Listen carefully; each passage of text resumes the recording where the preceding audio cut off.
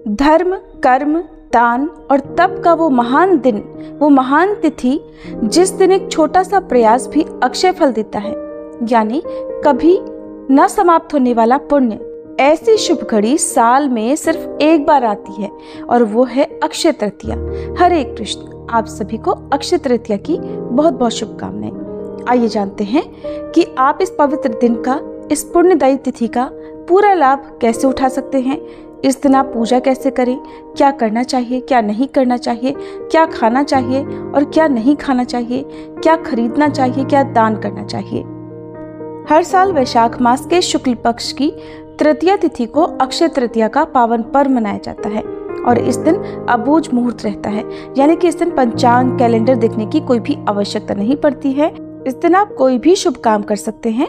इस दिन आप अपने परिवार को आगे बढ़ाने के लिए, पारिवारिक संबंधों को आगे बढ़ाने के लिए, अपने व्यवसाय को आगे बढ़ाने के लिए, शिक्षा प्रतियोगिता की दिशा में या आपके करियर को और अधिक ऊंचाइयों तक ले जाने वाला नई जमीन, नया घर, नया वाहन, कुछ भी यदि आप खरीदना चाहते हो तो आज के दिन आपको कोई भी मुहूर्त देखने की आवश्यकता नहीं रहती। और इस दिन अगर पूजा पाठ, जप, तप और सबसे ज्यादा अधिक पुण्यदायी होता है इस दिन किया गया दान। अक्षय तृतीया का महत्व ही दान करने का होता है, क्योंकि यदि पूरे साल भर में हम दान नहीं भी कर पाते हैं और एकमात्र साल भर में आने वाली अक्षय तृतीया के पावन पर्व पर यदि हम किसी पवित्र नदी में स्नान करके फिर दान करते हैं तो उसका अक्षय गुना पुण्य जीवन भर प्राप्त होता है। और इस बार साल 2025 में 30 अप्रैल दिन बुधवार को अक्षय तृतीया का पर्व मनाया जाएगा। तृतीया तिथि 29 अप्रैल मंगलवार को शाम 5:32 से प्रारंभ होकर 30 अप्रैल बुधवार को दोपहर 2:12 तक समाप्त होगी। हालांकि अक्षय तृतीया का पर्व पूरा दिन ही मनाया जाएगा, लेकिन तृतीया तिथि क्योंकि दोपहर 2:12 तक समाप्त हो रही है, ऐसे में कोशिश कीजिएगा कि तृतीया तिथि समाप्त होने से पहले पहले आप जो भी शुभ काम इस दिन करना चाहते हो वो आप कर सकते हैं। अक्षय तृतीया को सतयुग और त्रेता युग का संधिकाल माना गया है। इस दिन भगवान परशुराम जी का जन्म हुआ था। माँ गंगा धरती पर इसी दिन अवतरित हुई थी और इसी दिन पांडवों को अक्षय पात्र भी प्राप्त हुआ था और इसी दिन भगवान श्री कृष्ण के बाल सखा सुदामा की निर्धनता भी भगवान की कृपा से दूर हुई थी। इसलिए ये तिथि खुद में ही पूर्ण, अबूझ और मांगलिक है। इतना ही नहीं, चारधाम यात्रा का शुभारंभ भी अक्षय तृतीया के दिन से ही होता है। इस दिन किए गए जप, तप, दान और स्नान 1000 गुना पुण्य देते हैं। इस दिन नया वाहन, सोना चांदी या कीमती वस्तुएं खरीदने का भी विधान है और इस समय सोना खरीदना सबके लिए संभव नहीं हो पाएगा, तो ऐसे में जो लोग सोना चांदी नहीं खरीद सकते हैं उन्हें भी अपने घर में सुख समृद्धि के लिए कुछ ऐसी शुभ वस्तुएं हैं जो इस दिन खरीद कर लानी चाहिए। सबसे पहले बात करते हैं पूजन सामग्री की। तो अक्षय तृतीया के लिए आपको जल से भरा एक कलश, साफ पीला वस्त्र, चंदन, पुष्प, गंगा जल, तुलसी पत्र, धूप, दीप, नैवेद्य, सत्तू, अक्षत, गेहूं, मूंग, कच्चा दूध, दही, घी, साफ मिट्टी या तांबे का कलश, सोने या चांदी का सिक्का, अगर ना हो तो आप साधारण सिक्का भी रख सकते हैं। और इस दिन क्योंकि विशेष रूप से माँ लक्ष्मी जी की, कुबेर देवता की पूजा की जाती है, श्री कृष्ण भगवान की पूजा इस दिन की जाती है और आप इस दिन लड्डू गोपाल जी की भी पूजा विधि विधान से कर सकते हैं। पूजा करने से पहले स्नान करके साफ स्वच्छ वस्त्र धारण करें। संभव हो तो किसी पवित्र नदी में स्नान करें, नहीं तो गंगाजल मिले हुए पानी से तो अवश्य स्नान करें। पूर्व दिशा की ओर मुंह करके आप पूजा स्थान पर बैठे कलश की स्थापना करें।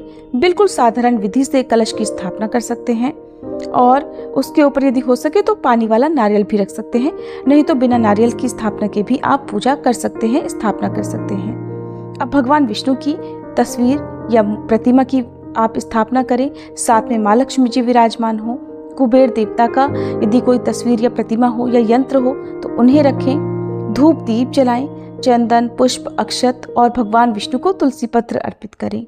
भोग में आप इस दिन पंचामृत का भोग लगा सकते हैं, खीर, पूरी, हलवा का भोग लगा सकते हैं और आज के दिन आप जौ और सत्तू भगवान को अवश्य अर्पण करें।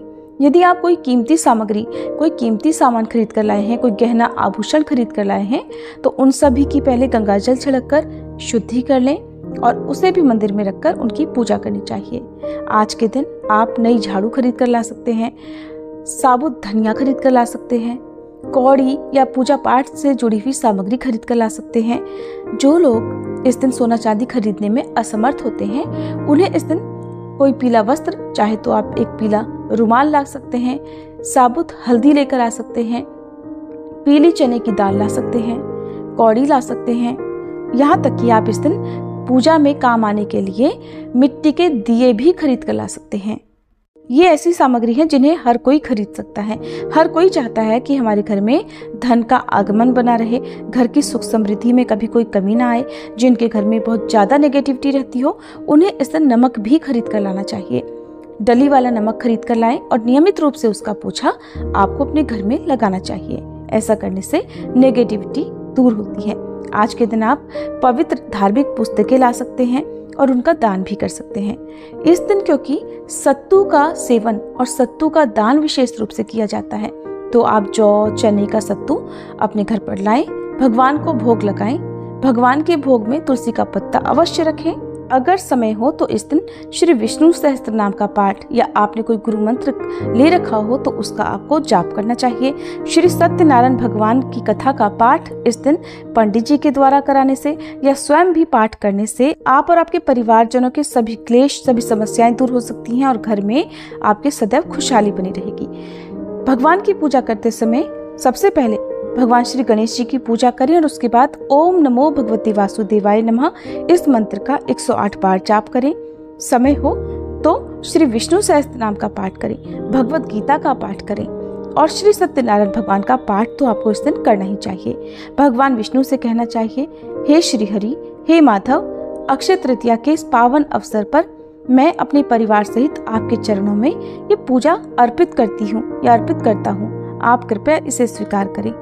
इसके बाद आपको कथा का श्रवण करना चाहिए और गाय को रोटी देनी चाहिए। अपनी सामर्थ्य के अनुसार इस दिन दान करना चाहिए। इस दिन विशेष रूप से अक्षय तृतीया की कथा सुनी जाती है। सबसे अंत में भगवान विष्णु की और माँ लक्ष्मी जी की आरती उतारी जाती है। कपूर जलाकर आरती उतारनी चाहिए। कुबेर देवता की आरती उतारनी चाहिए।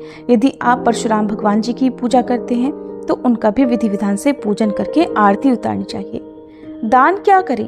तो इस दिन अगर आपकी सामर्थ्य हो तो खास तौर पर जल, छतरी, चावल, सत्तू, शक्कर, फल, वस्त्र, गाय, भूमि, घड़ा, खड़ाऊं, चंदन और सोने का दान करना अत्यंत पुण्यदायी होता है। जो व्यक्ति इस दिन अन्नदान करता है, भूखे लोगों को भोजन कराता है, उसे जीवन भर अक्षय पुण्य की प्राप्ति होती है। खास उपाय भी जान लीजिए जो आप इस दिन कर सकते हैं और ये उपाय दुर्भाग्य को भी मिटा सकते हैं। सबसे पहला, भगवान विष्णु को सत्तू का भोग लगाकर उसी सत्तू को तुलसी पत्र के साथ स्वयं ग्रहण करने से दरिद्रता दूर होती है और घर में आपके लक्ष्मी जी का स्थायी वास होता है। दूसरा उपाय है, घर के मुख्य द्वार पर एक घड़े में या एक कलश में जल भर कर रखें। सुबह की पूजा करने के साथ या शाम की पूजा करने के साथ आप इस उपाय को कर सकते हैं और उस जल में आपको एक सिक्का डालना है। उसके ऊपर आम के पत्ते रखें, 5 या 7 पत्ते रखें और दिन भर उस जल को वहीं रहने दें। अगले दिन उसका विसर्जन आपको करना चाहिए। ये उपाय दुर्भाग्य को रोकता है। अगला उपाय है, आप अपने घर पर कम से कम एक कन्या को, एक कुंवारी कन्या को, जिस तरह से नवरात्रि में पूजन करते हैं उस तरह से कम एक कन्या को या विषम संख्या में 3, 5, 7 या 9 कन्याओं को अपने घर पर बुलाकर उन्हें ध्यान रखिएगा। केवल पीले वस्त्र, सत्तू और मिठाई खिलाकर इनका दान भी कर सकते हैं। ऐसा करने से संतानहीनों को संतान सुख मिलता है, वैवाहिक जीवन सुखद होता है और घर परिवार में सुख शांति बनी रहती है। अक्षय तृतीया के दिन आप पीपल के पेड़ की पूजा करें। इस दिन दीप दान करना बहुत शुभ होता है। जितना हो सके आप दीपदान करें। तो पेड़ के नीचे दीपक जलाकर ओम श्रीं ह्रीं क्लीं महालक्ष्मी नमः का 108 बार जाप करें। धन आगमन के नए नए आपको अवसर प्राप्त होंगे। अगर इस दिन श्रद्धा भक्ति भाव से केले के पेड़ की पूजा की जाए, केले की जड़ में गुड़ और जल मिलाकर अर्पित किया जाए और ओम नमो भगवते वासुदेवाय का जाप करें तो इससे दीर्घायु और बहुत भाग्यशाली संतान प्राप्ति के योग बनते हैं। अब बात करते हैं अक्षय तृतीया के दिन खाई जाने वाली शुभ चीजों के बारे में। 20 ऐसी शुभ चीजें हैं जिन्हें आप इस दिन सेवन भी कर सकते हैं और दान भी कर सकते हैं। ये है सत्तू, चने, मूंग, ककड़ी, बेलफल, खरबूजा, आम, जलजीरा, मिश्री, गुड़, पीले चावल, दही, काले चने का सत्तू, लौकी की सब्जी या लौकी, छाछ, तोरी, नींबू पानी, आम पन्ना, लस्सी और अंकुरित अनाज। इन सब के अलावा आप वस्त्रों का और दक्षिणा का दान भी इस दिन दे सकते हैं। कौन कौन सी ऐसी चीजें हैं जो इस दिन खरीदने से शुभता आती है? तो सोना, चांदी, पीतल, बर्तन। अगर तांबे के बर्तन खरीद कर लाए जाएं तो और शुभ होता है। कांच के बर्तन खरीदने से बचना चाहिए। नए वस्त्र, खेती के जो उपकरण होते हैं वो इस दिन आप खरीद सकते हैं। महिलाएं मंगलसूत्र या आभूषण इस दिन खरीद सकती हैं। सुहाग की सामग्री खरीद सकती हैं और इसके अलावा आप भूमि, संपत्ति, वाहन आदि इस दिन खरीद सकते हैं। क्या नहीं खरीदना चाहिए? तो देखिए, जो प्योर लोहे की, केवल लोहे की ही चीजें होती हैं उन्हें खरीदने से बचना चाहिए, जैसे लोहे का तवा, लोहे की कढ़ाई, और यहाँ तक कि इस दिन तेल खरीदने से भी बचना चाहिए। जहाँ तक हो सके काले वस्त्र खरीदने से बचें। नकारात्मक ऊर्जा वाली वस्तुएं इस दिन घर पर नहीं लानी चाहिए, क्योंकि ये शनिदेव से और राहु से जुड़ी होती हैं और ये चीजें अगर घर में खरीद कर लाई जाती हैं तो इससे शुभता में बाधा आ सकती है। वैसे तो आपको हमारे चैनल पर अक्षय तृतीया की बहुत सारी कथाएं आज के दिन सुनने को मिलेंगी, लेकिन जो सबसे प्रमुख कथा आज के दिन सुनी जाती है, अब आप सभी उसे ध्यानपूर्वक सुनिए। अक्षय तृतीया की प्राचीन कथा के अनुसार एक बार धर्मदास नामक एक वैश्य था। धर्मदास अपने परिवार के साथ एक छोटे से गांव में रहता था। बहुत निर्धन था, हमेशा अपने परिवार के पालन पोषण के लिए ही चिंतित रहता था, क्योंकि उसके परिवार में कई सदस्य थे। लेकिन धर्मदास निर्धन होने के बावजूद भी बहुत धार्मिक प्रवृत्ति का व्यक्ति था। उसका सदाचार और देव तथा ब्राह्मणों के प्रति अपार श्रद्धा थी और वह हमेशा दान पुण्य भी किया करता था। एक बार अक्षय तृतीया व्रत के महात्म्य को सुनने के बाद उसने अक्षय तृतीया पर्व के आने पर सुबह जल्दी उठकर गंगा जी में स्नान करके फिर विधि विधान से देवी देवताओं की पूजा की। व्रत के दिन सामर्थ्य के अनुसार जल से भरे घड़े, पंखे, जौ, सत्तू, चावल, नमक, गेहूं, गुड़, घी, दही, सोना और वस्त्र आदि भगवान के चरणों में रखकर फिर उन्हें ब्राह्मणों को अर्पित किया। ये सब दान देखकर धर्मदास के परिवार वाले और उसकी पत्नी ने उसे रोकने का बहुत प्रयास किया। कहने लगे कि अगर धर्मदास इतना सब कुछ दान में दे देगा तो फिर उसके परिवार का पालन पोषण भला कैसे होगा। लेकिन इतना सब समझाने पर भी धर्मदास अपने दान पुण्य से विचलित नहीं हुआ और उसने ब्राह्मणों को कई प्रकार का दान दिया। इसके बाद जीवन में जब भी अक्षय तृतीया का पर्व आता, हर बार धर्मदास इसी प्रकार विधि विधान से पूजा पाठ करता और दान पुण्य आदि कर्म किया करता। फिर अनेक रोगों से ग्रस्त और वृद्ध होने के बाद भी उसने उपवास करके धर्म, कर्म और दान पुण्य किया और यही वैश्य अपने दूसरे जन्म में कुशावती का राजा हुआ। मान्यता है कि अक्षय तृतीया के दिन किए गए दान पुण्य और पूजन के कारण ही वह अपने अगले जन्म में बहुत धनी और प्रतापी राजा बना। और इतना प्रताप उसका था कि उसके दरबार में अक्षय तृतीया के दिन ब्राह्मण का वेश धारण करके स्वयं त्रिदेव उसके महायज्ञ में सम्मिलित होते थे।